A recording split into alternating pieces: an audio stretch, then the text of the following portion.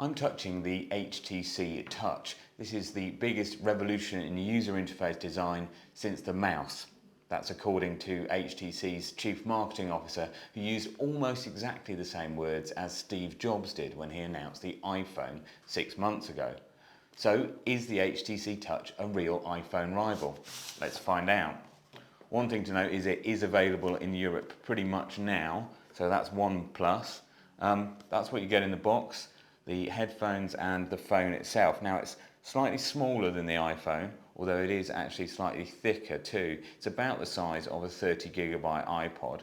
It comes with a 1GB SD card, which is lucky because there's just about no onboard memory for your movies and music.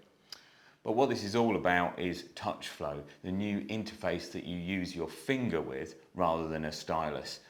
So if I take that off and switch it on, the home screen looks pretty different from what you'd find on a usual Windows mobile device. It runs Windows Mobile 6, but it's got this touch flow front end. So if I run my finger over the top, you get quite a cool animation through to shortcuts to applications.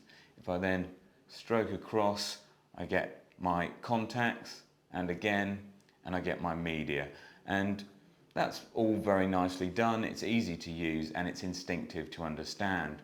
The problem comes when you actually choose something. If I go into Internet Explorer now, I'm dumped out of the touch flow interface and straight into Windows Mobile again. And suddenly, I can't use it with my fingers, or at least not very easily. If I try and enter in a web address, I'm forced to use this tiny little keyboard, so I have to scrabble around the back for a stylus and start prodding away.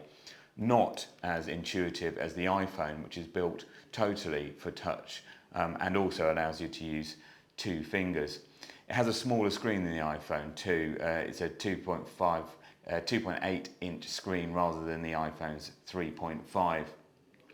Spec-wise, it's pretty similar to the iPhone, memory aside. It doesn't have 3G, which I think is a real shame. It does have a 2-megapixel camera, and obviously with Windows Mobile software, it will do pretty much anything you'd want from a smartphone, although Windows Mobile is a love it or hate it system, and I've got to say, I'm not in the love it camp. Nonetheless, I really like the design of the HTC phone. It feels good in the hand. It's going to be significantly cheaper than the iPhone, and if you're in the market for a non-Apple device, it's worth thinking about. Me though, I'm going to wait for the iPhone.